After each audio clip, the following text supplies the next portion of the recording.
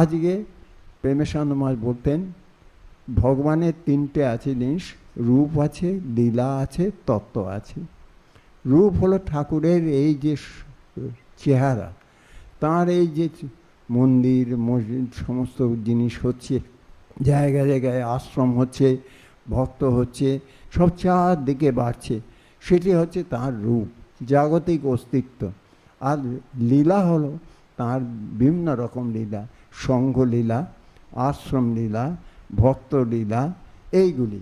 কত আমাদের প্রাইভেট আশ্রম হচ্ছে, প্রাইভেট আশ্রমগুলোতে কী হচ্ছে, সেখানে সেই ভক্তরা তারা ঠাকুরের ভাবকে নিয়ে যাচ্ছেন।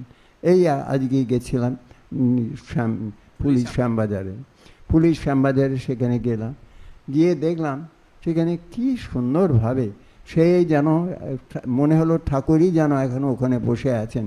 সেই হরিনাম হচ্ছে, রাম নাম সমস্ত রাম ওরা করছে, এবং গ্রামে সেই ওই বাড়িতেই হচ্ছে সব জিনিস, এবং কেমন সুন্দর করে আর্টিস্টিক ওয়েতে সাজিয়ে রেখেছে, দেখলে বড় তৃপ্তি লাগে।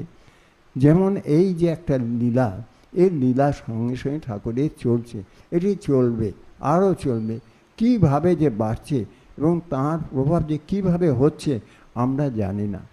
অবতার আমি প্রথমেই বলেছি, এটা হলো একটা কসমিক এক্সিস্টেন্স, এটা ধীরে ধীরে বাড়ে, এটা যেমন অ্যাটমিক এক্সপ্লোশন হয়, এও ঠিক তাই।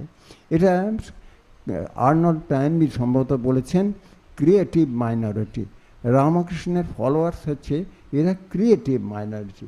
ক্রিয়েটিভ মাইনরিটি মানে এরা বাই নেচার হচ্ছে খুব কম সংখ্যায়, কিন্তু হাইলি ক্রিয়েটিভ। যেখানেই যাবে সেখানেই সে কিছু না কিছু সৃষ্টি করবেই করবে, তার এফেক্ট আসবেই আসবে। আমাদের শাস্ত্রে আছে ধর্ম মেঘ সমাধি। ধর্ম মেঘ সমাধি মানে হলো যে সে মেঘ যেমন বর্ষণ করে যেখানেই যাবে, এই যে ঠাকুরকে যারা গ্রহণ করেছে তারা যেখানেই যাবে তারা আনন্দ বর্ষণ করবে। মা বলছেন তুমি দেখো, যারাই ঠাকুরকে চিন্তা করে তারা সবাই আনন্দে থাকে। মায়ের আর একটা আশীর্বাদ আছে, সেটা হচ্ছে যে ঠাকুরকে চিন্তা করে তার কখনো অন্ন কষ্ট হয় না।